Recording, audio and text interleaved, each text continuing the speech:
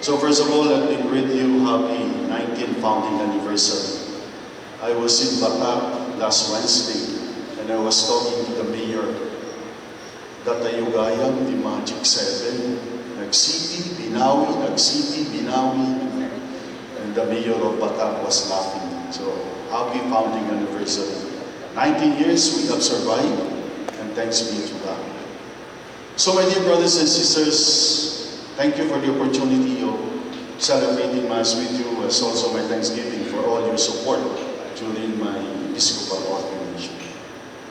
The readings of today are beautiful. The first reading from the book of Kings. The king of Assyria conquered the people of Samaria. Why? The basic question is, apay kadi nga ng pasama dayta? Why did it happen? Because basically, the reading says, because the people of Israel have forgotten the God who saved them, who brought them out from slavery. Not only did they forget, but their hearts were so hardened that they did not listen to the prophets. So the first reading, my dear brothers and sisters, is a beautiful reminder, especially for us. As we move forward, as we progress, let us not forget God. Many times, even myself, I am guilty. Chances are, sometimes we forget God who blessed us. And we only remember Him when things go wrong. The sin of forgetfulness. Pag kumano di malipataw ka, tagay nakautang ka niya, may-mayam. Ngano di malipataw ka ni Apo Diyos, malimat ka na. And the second sin of God's people, and sometimes we are also guilty, is we fail to listen to people, especially the wise advice of people. Sometimes, even myself, again, I am guilty. When we are in positions of authority, we are tempted not to listen to people. But if we really want progress, they say, even in the church, listen to people. Because every man and woman has a story to tell. I have to accept, my dear brothers and sisters, that even the church is guilty of not listening. We emphasize so much power, we emphasize so much, we say, we have, for example, for us, I studied 10 years to become a priest. And the temptation is, we boast of it. Iparamag de siguro. But they always remind us, please listen to people. And I guess that is also true to everybody present in this place, especially our beloved city officials. Every person has a story to tell. Listen to people. Do not be stone-hearted. And let us go to the gospel of today.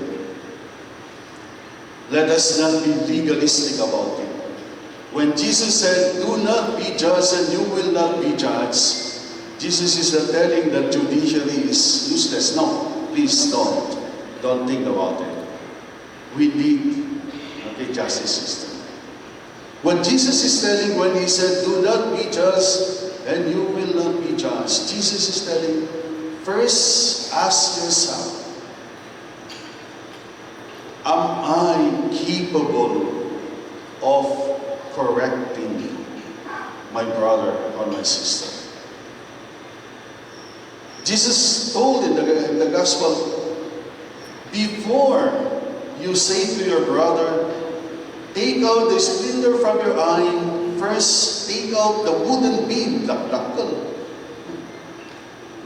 No kumain ni Ilocano, yakapsat mo kat mukat lang niya, di mata na sika, nagdakkalan. Remove first what lines you before you correct your brother or sister. So again, it is a beautiful reminder for everybody. Continuous self-examination. Many times, we are guilty of just looking at the shortcomings of people that we fail to recognize our own. Uray na itinaduma-duma nga itinaduma-duma nga ahensya ni city, please, this is my appeal. Let us continue to examine ourselves. Napudnuak kadipay lang, iba nagserbi, hindi pala ka tao. Noong masinig, kanyang lagi di makasapon, kaya agpatulong na, how do I react?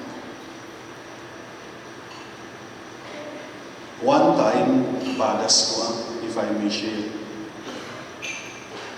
napanak ni Jay Capitol. Hindi ba lang, nagtalang ako ng napanak. I was asking, where is the office of the governor? The front desk, anak na pinanpansin. Ma'am, excuse me, damagan, ayan lang naman the office ni governor. Kapaya ka nga taga-tapok, tama mo. Paunahin, that is not the response I want to hear. No?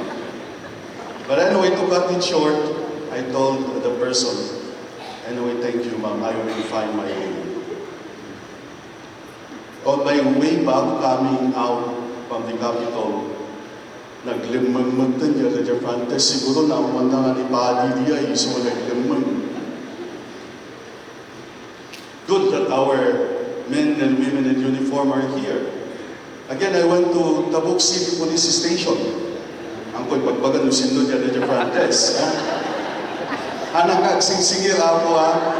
Anak agsingsingir. Okay. Ma'am, excuse me. I need a police blotter. Nada na pasama tulugan ko. Anak ang pinanpansin niya Japantes. Inulit ko dito. Ay, mapanggaw muna, ijay somewhere here. Yung police dito nga banda, hindi siya. Kapag nakapasamakan na, ijay bulanaw, ma'am. Ay, agsubigan, kaya bulanaw, ma'am. Kaya dumawag. But anyway, to cut it short, can I talk to the city chief of police? Amok na ni City Chief of Police, the office na. Yung ko na dyan front desk, ay sorry, awan isuna. And then I said, thank you ma'am, I will comply with what you said. I'm sharing this not to shame people, okay? I'm sharing this because even myself, even the people that who work with me, sometimes the way we treat people, it speaks so much of what kind of organization we have. Sino lagi ni secretaries dito, yung frontliners, front desk. Kunada, remember secretaries, you are the face of the office. Kunada kanyami, please Bishop, your secretary is the face of your office. Nung nakamisuot kakan-kanayan ng secretary, nakamisuot with the impression. Please, my dear brothers and sisters, let us treat people with charity. And that is basically the message of the gospel. When Jesus said, before you remove the splinter from your brother's eye, remove first the beam in your own eye. Examine how we treat people, how we deal with people. And finally, my dear brothers and sisters, as we are celebrating the 19th founding anniversary of our city, siguro it is our city officials, you did not find meaning. But when you walk, moving forward, coming in the city, I remind myself, your obligation is to lead people to God. Kasi pinagnayo tayo nga nagpasango towards the altar. My dear brothers and sisters, this is my appeal. Lead people to God, and everything else will follow. Numalipatan tayo dayta, then we are guilty, like the people in the first place. So as we give thanks to God for the blessings that we have received, and as we say thank you, Lord, for this day, let us always remember the way God blessed us. Let us not forget. How do we treat people? Let us continue to examine ourselves. And finally, please lead people to God, and everything else will follow. May God bless us all.